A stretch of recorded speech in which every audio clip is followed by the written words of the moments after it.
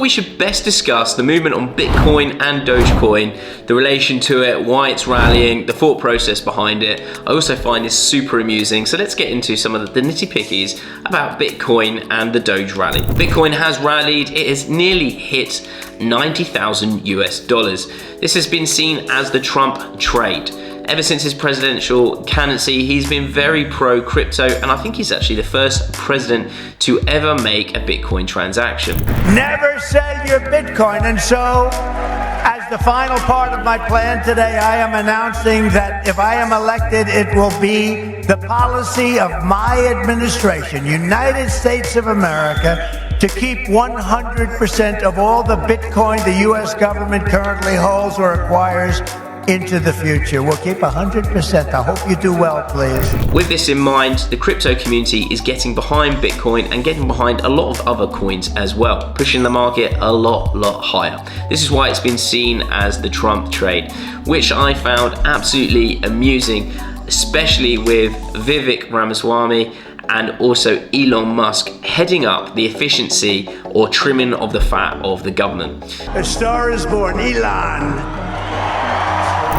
Now that was announced on X by Elon, and I found that very amusing because it is called the Department of Government Efficiency. We set up Doge. Yes. I think the funniest name is DOGE, the Doge, Department of Government Efficiency.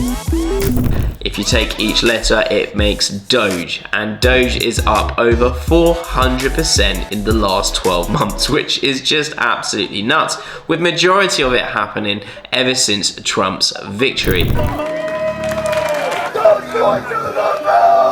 So is there any relation to Doge and this government trimming? There is none at all. The only correlation that there is that Elon Musk is obviously very pro Dogecoin. That is the only relation, but we are seeing huge amount of money inflow into these different cryptocurrencies.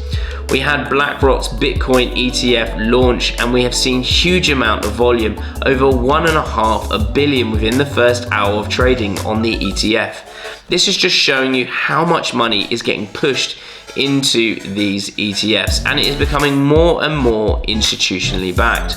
I believe the next generation for markets, the next generation for securities will be tokenization of securities. Obviously, with Trump taking full power of White House, Senate, and the House itself, when we look at that, we've been looking at the government's Federal Reserve strategic plan of acquiring 1 million Bitcoin to diversify the Federal Reserve's assets.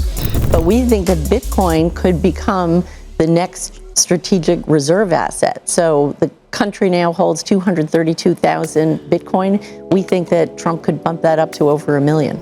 Now that just shows you the lengths that this government is willing to go to in regards to cryptocurrencies. Have you missed out? Is this an area of interest? It is super important to keep tracks of, and I thought just a quick update would be very useful.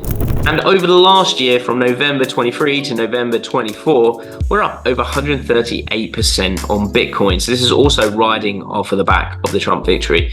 And I think this is going to be super interesting to see. And interestingly enough, as we've seen Bitcoin rally, we've obviously seen a large amount of money strengthening the US dollar. We're seeing strong US dollar, and we're seeing a weak gold. But if you look at it on a comparison chart on Bloomberg, you see the Bitcoin inflow pushing prices a lot higher, and we see gold going down. Now there's a lot of rumors here that people are shifting away from gold as a safe haven and moving to Bitcoin. I don't believe that for a minute now, with Bitcoin prices where they are.